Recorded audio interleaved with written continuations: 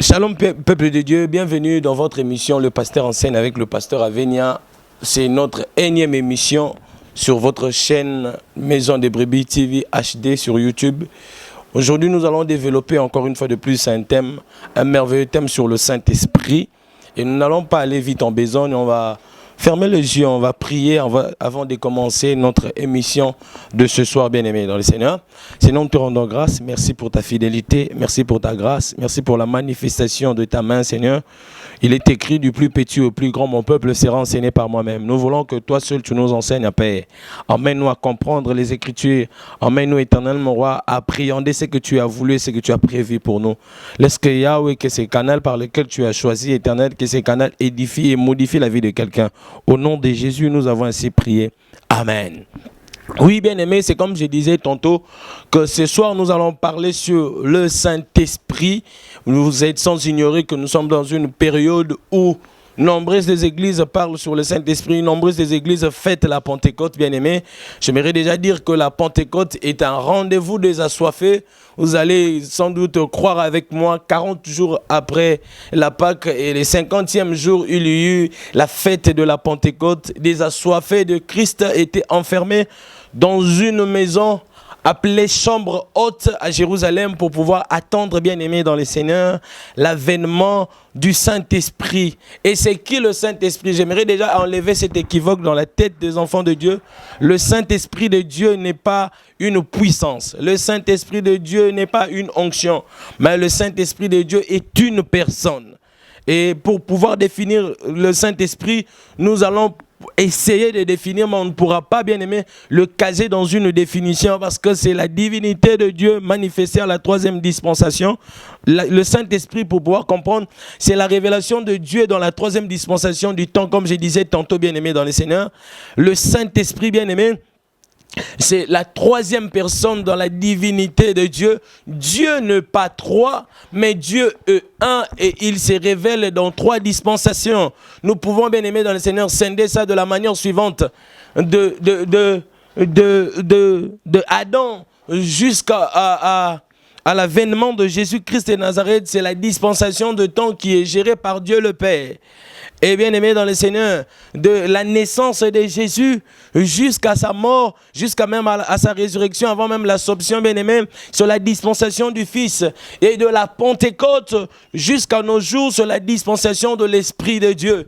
C'est le Dieu le Père qui est assis sur un trône dans du haut des cieux, qui se révèle en trois dispensations. Il est le Père, il est le Fils, il est le Saint-Esprit. Nulle part dans la Bible, tu verras là où il est écrit Trinité. Mais vous allez comprendre au travers de la révélation que c'est lui-même le Père qui se manifeste dans trois dispensations.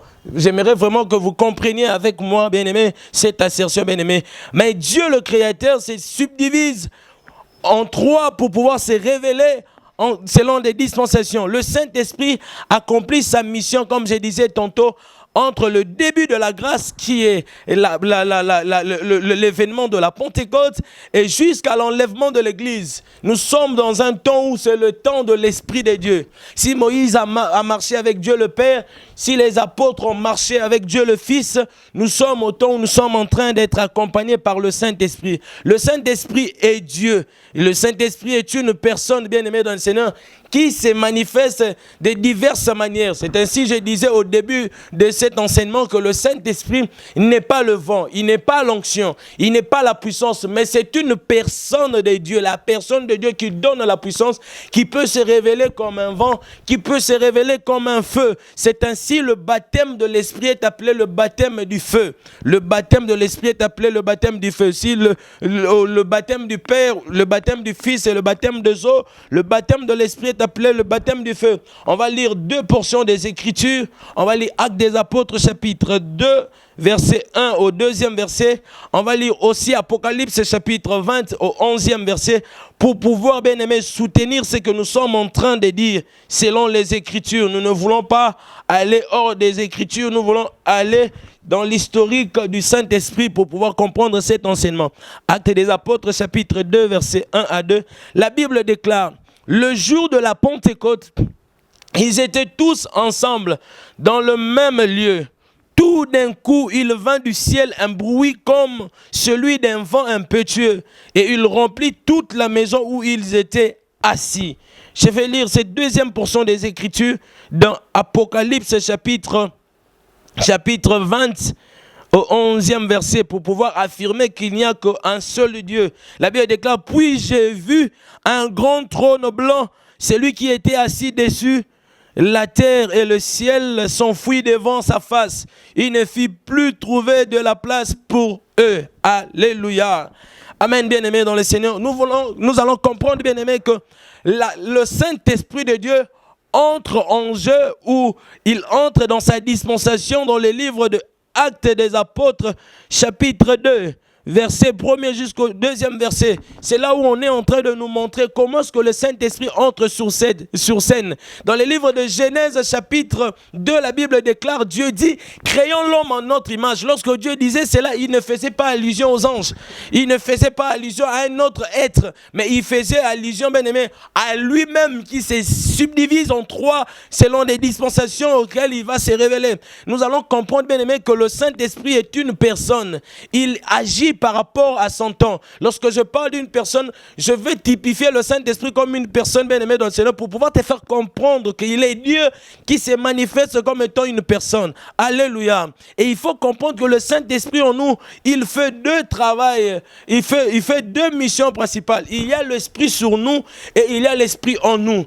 Le jour de la Pentecôte, bien-aimé, ce qui s'est passé, c'est l'Acte des Apôtres 2, verset 1er. Ce jour-là, il y a eu, bien-aimé, l'Esprit sur eux. L'Esprit est descendu sur eux en forme de vent pour pouvoir commencer une œuvre avec les apôtres. Les apôtres ont marché avec Jésus. Les apôtres ont été avec Jésus. Mais Jésus leur dit ceci, il est avantageux que je m'en aille, afin que le consolateur puisse arriver. Jésus savait que le travail de l'Esprit de Dieu dans sa dispensation, c'était un travail formidable à perfectionner l'homme, à encourager l'homme à pouvoir aller de l'avant. Là où nous avons lu dans Apocalypse, pour ne pas passer outre de ça, Apocalypse chapitre 20, verset 11, la Bible déclare ces gens qui disent, puis j'ai vu un trône blanc. J'aimerais enlever cet équivoque-là. Dans le ciel, il n'y a pas trois trônes. Dans le ciel, bien-aimé, dans le Seigneur, il y a un seul trône, du Dieu le Père, qui est assis sur le trône blanc, qui va juger les hommes et les anges. Et quand je parle des anges, je vais bien marteler les anges déçus. Et il va juger tout le monde selon son œuvre, bien-aimé. Mais ici, nous sommes en train de parler de l'Esprit de Dieu. Revenons sur notre vif du sujet. Le premier élément que nous allons voir, c'est l'Esprit sur nous. Lorsque le Saint-Esprit arrive dans la vie de l'homme, c'est que l'Esprit fait comme le premier travail, c'est de poser sur l'homme. C'est de pouvoir, bien aimé dans le Seigneur, c'est marquer sur l'homme, poser sur l'homme pour pouvoir élaguer les incapacités humaines et introduire la capacité de Dieu. Lorsque le Saint-Esprit se pose sur nous, bien aimé dans le Seigneur, le Saint-Esprit vient faire le travail du perfectionnement en nous. L'homme en réalité est imparfait. L'homme en réalité est insuffisant. L'homme en réalité est incapable. Mais lorsque l'Esprit vient se poser sur nous, bien-aimés dans le Seigneur, nous allons voir, bien-aimés, que l'Esprit nous pousse à pouvoir devenir des hommes capables. C'est ainsi même Christ, Jésus, bien-aimé, avant de commencer sa mission, la Bible déclare qu'il est allé au temple. Selon Luc chapitre 4, verset 18, la Bible déclare Jésus a pris le livre du prophète Ésaïe. Il est tombé là où il était écrit « L'Esprit du Seigneur est sur moi, il m'a oint. » Lorsque le Saint-Esprit vient sur nous, bien-aimés, le premier travail, il faut comprendre, le Saint-Esprit nous oint de son onction. Le Saint-Esprit vient sur nous pour pouvoir nous oindre de son onction. Donc l'Esprit sur nous, le premier élément, bien-aimé, l'Esprit nous oint pour pouvoir accomplir une mission. Jésus dit, l'Esprit m'a oint pour. L'Esprit ne oint pas, bien-aimé dans le Seigneur, pour pouvoir rester statique. L'Esprit ne oint pas pour pouvoir rester oisif.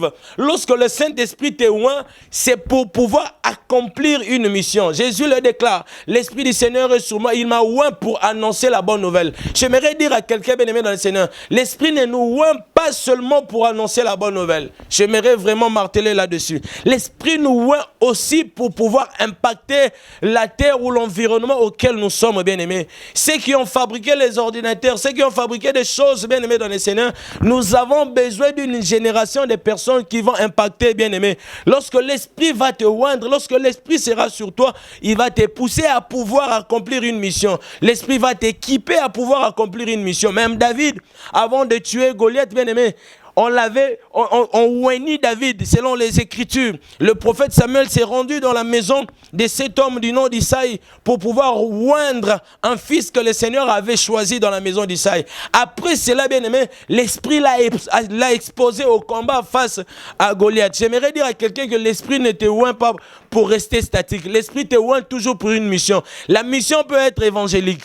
La mission peut être familiale. La mission peut être sociétale. Passez-moi l'expression. La mission aussi peut être professionnelle. L'Esprit de l'Éternel, lorsqu'il te oint, c'est pour quelque chose. Le deuxième des éléments, bien-aimé, l'Esprit te oint pour te donner la capacité. Lorsque l'Esprit te oint, l'Esprit te confie une mission, mais l'Esprit ne te confie pas une mission seulement, mais l'Esprit vient s'associer avec toi comme étant une capacité. Nous allons lire les Écritures dans le livre de Romains, chapitre 8, verset 15. On va comprendre, bien aimé. L'Esprit se pose sur nous pour nous donner la capacité. L'homme en soi, il est incapable. L'homme en soi, il ne peut rien. L'homme en soi, bien aimé dans le Seigneur, tout homme venant sur la terre est doté d'une mission. Mais la mission, tu ne peux pas l'accomplir sans pour autant être capable de pouvoir accomplir ta mission. La Bible déclare, « Et vous n'avez point reçu un esprit de servitude pour être encore dans la crainte. Mais vous avez reçu un esprit d'adoption par lequel nous crions Abba Père. » L'esprit de l'adoption, lorsque cela se pose sur nous, bien-aimés, l'esprit nous donne la capacité, le courage, la détermination de pouvoir affronter n'importe quel combat. Le combat de la vie ne se gagne pas au travers de plusieurs exercices dans une salle de sport. Le combat de la vie ne se gagne pas en ayant plusieurs relations. Mais le combat de la vie se gagne en ayant les capacités intrinsèques qui nous a été données par le Saint-Esprit de Dieu. Bien-aimé dans le Seigneur, j'aimerais te dire, si il t'a été une fois baptisé de l'Esprit, rassure-toi que tu as eu une capacité. Ne parle pas comme Gédéon, je suis le plus petit de la plus petite tribu de Manassé, de la famille la plus petite. Non. Lorsque l'Esprit se posera sur toi, lorsque l'Esprit te conférera une mission, tu recevras un esprit d'adoption. L'esprit d'adoption te donnera des capacités. David n'a pas vaincu Goliath parce qu'il était bien aimé, bien formé en guerre. La preuve en est sur son frère Eliab, son frère Shama, son frère Abinadam qui étaient dans le front. Des soldats bien formés n'ont pas pu résister face à Goliath. Mais David a pu vaincre Goliath parce qu'il a été capacité par le Saint-Esprit de Dieu. L'Esprit sur toi te donne la capacité de pouvoir vaincre, bien aimé, tout ce qui va se présenter au devant de toi. J'aimerais prier pour quelqu'un, bien aimé dans les Seigneur, au travers de cette vidéo, je prie que le Saint-Esprit te donne la capacité de vaincre la sorcellerie de ta famille. Je prie que le Saint-Esprit te donne la capacité de pouvoir vaincre, bien-aimé dans les Seigneurs, le chômage qui bat son plein dans votre famille. Je le déclare que le Saint-Esprit te donne la capacité de pouvoir accomplir ta mission. Parce qu'en réalité, certaines missions ne sont pas accomplies faute du diable. Mais certaines missions ne sont pas accomplies faute de notre peur. Le Saint-Esprit en nous, bien-aimé, nous donne le courage. Le Saint-Esprit en nous donne le courage. J'aimerais dire ça en lingala pour ceux-là qui vont me suivre. Je vais traduire ça en français. Le Saint-Esprit en nous ne nous emmène pas de la paresse, ne nous emmène pas à rester statique. Le Saint-Esprit en nous donne la capacité. Et lorsque nous avons la capacité, le troisième des éléments, le Saint-Esprit nous emmène, bien aimé dans le Seigneur, à pouvoir faire. Le Saint-Esprit nous donne le pouvoir de conquérir. Alléluia. Dans Matthieu chapitre 28, verset 19, Jésus dit à ses disciples, allez, faites-les toutes les nations mes disciples. Les disciples ne pouvaient pas faire de toutes les nations des disciples aussi longtemps qu'ils n'avaient pas encore reçu le Saint-Esprit. Vous allez comprendre que les disciples ont commencé à voyager ça et là. Les disciples sont rentrés dans leur mission après avoir été capacités par le Saint-Esprit de Dieu. Je déclare que toi qui as été baptisé du feu de l'Esprit de Dieu, que tu puisses avoir, bien aimé, la capacité de conquérir, le pouvoir de conquérir. La vie où nous sommes, c'est une vie, bien aimée, dans le Seigneur de conquête. Il faut conquérir ton quartier. Il faut conquérir ta parcelle. Parce qu'en réalité, la vie n'est pas physique. La vie est spirituelle. C'est lui qui a conquis un endroit spirituellement. Il est possible pour lui de pouvoir conquérir également physiquement. Physiquement, nous ne faisons rien du tout. Nous ne subissons que le résultat de ce qui a été fait spirituellement. Si tu n'as pas été capable de conquérir spirituellement, rassure-toi, physiquement, tu ne feras rien. C'est ainsi, je déclare sur toi que le Saint-Esprit te donne la capacité, bien-aimé dans le Seigneur, de conquérir le territoire. Parce que l'Esprit sur nous donne cette capacité-là d'aller partout, de conquérir partout. C'est ainsi même Paul dira, Paul a dit ceci, nous n'avons pas à lutter contre la chair et le sang, mais nous avons à lutter contre les principautés dans le lieu céleste, bien-aimé. Dans chaque endroit, il y a des principautés. Dans chaque endroit, il y a des dominations. Mais pour pouvoir conquérir cet endroit-là, il faudrait être rempli du Saint-Esprit. Il faudrait recevoir l'Esprit sur toi. C'est alors que tu vas pouvoir, bien-aimé dans le Seigneur, c'est alors que tu vas pouvoir conquérir le milieu où tu es. Le quatrième des éléments, le Saint-Esprit nous donne le pouvoir de faire les disciples. Il faut comprendre, bien aimé, que lorsque le Saint-Esprit se pose sur toi, le Saint-Esprit ne te donne pas seulement la capacité de parler en langue. Le Saint-Esprit sur nous, bien aimé dans le Seigneur, nous emmène à devenir comme une machine à photocopier. Nous faisons des disciples, nous faisons des personnes, bien aimées, qui sont comme nous, qui fassent des choses comme nous. Est-ce que je parle à quelqu'un ce soir? J'aimerais dire à quelqu'un que le Saint-Esprit te donne la capacité de faire des disciples. Si l'échec dans la vie, ce n'est pas seulement, bien aimé dans le Seigneur, de ne pas accomplir ses objectifs personnels. Mais le plus grand ou la plus grande échec dans la vie de l'homme, c'est, bien aimé dans le Seigneur, c'est de quitter la terre des hommes sans pour autant laisser des disciples. Dieu dit, allez partout, faites de toutes les nations mes disciples. L'homme doit avoir la capacité de photocopier lui-même. Tu dois avoir plusieurs Hervé qui te ressemblent, faisant l'œuvre du Seigneur comme toi.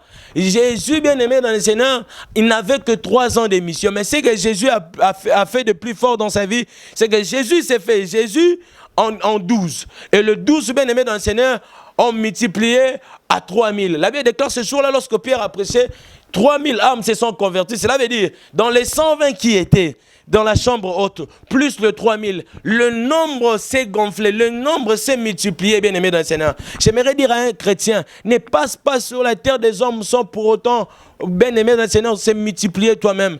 La réussite n'est pas seulement quand tu es plaqué dans des affiches. La réussite n'est pas seulement quand tu passes à la télé. Mais la réussite, aussi bien aimé dans le Seigneur, passe par cette capacité-là de pouvoir créer d'autres personnes comme toi-même. De pouvoir créer d'autres personnes comme toi-même. C'est ainsi, l'Esprit vient se poser sur toi ce soir pour pouvoir, bien aimé, créer d'autres disciples, pour pouvoir former d'autres disciples. Dans le domaine auquel tu es chantre, cherche, bien aimé dans le Seigneur, à former d'autres chantres qui vont chanter comme toi. Tu es prédicateur comme moi, cherche à former d'autres prédicateurs qui vont faire comme toi. C'est ainsi que tu vas pérenniser l'œuvre de l'Éternel au travers de toi. Nombreux sont partis, ils avaient le succès sur la terre des hommes, mais bien aimé, ils sont passés inaperçus quelques générations après parce qu'ils n'ont pas pu, bien aimé, faire d'autres disciples. Si on parle d'Abraham, c'est parce qu'il y a eu Isaac qui a rapporté l'histoire d'Abraham alors qu'Abraham était décédé. Et si on parle d'Isaac, c'est parce qu'il y a eu Jacob qui a rapporté l'histoire d'Isaac alors qu'Isaac était décédé. Si on parle d'Isaac,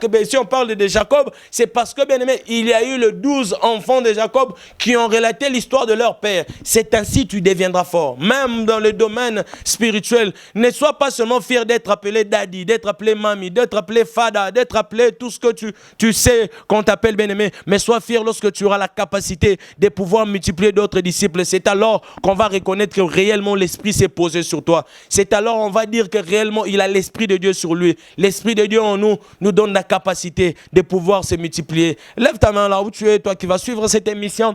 On va prier, je vais prier pour toi. Seigneur, donne-nous la capacité, Père Dieu de grâce, de pouvoir multiplier d'autres disciples au travers de ton Esprit sur nous. Permets que ton Esprit souffle sur nous, Père, afin d'expérimenter ta gloire. Au nom de Jésus, Saint-Esprit de Dieu, tu n'es pas un Dieu qu'on ne peut que parler, mais tu es un Dieu qu'on peut aussi expérimenter. Il est écrit éternellement, roi, que sans toi nous ne sommes rien, sans toi nous ne pouvons rien. Nous prions qu'avec toi que nous fassions des exploits, Seigneur. Au nom de Jésus, j'ai ainsi prié. Amen. Bien-aimés, shalom, la suite au prochain numéro.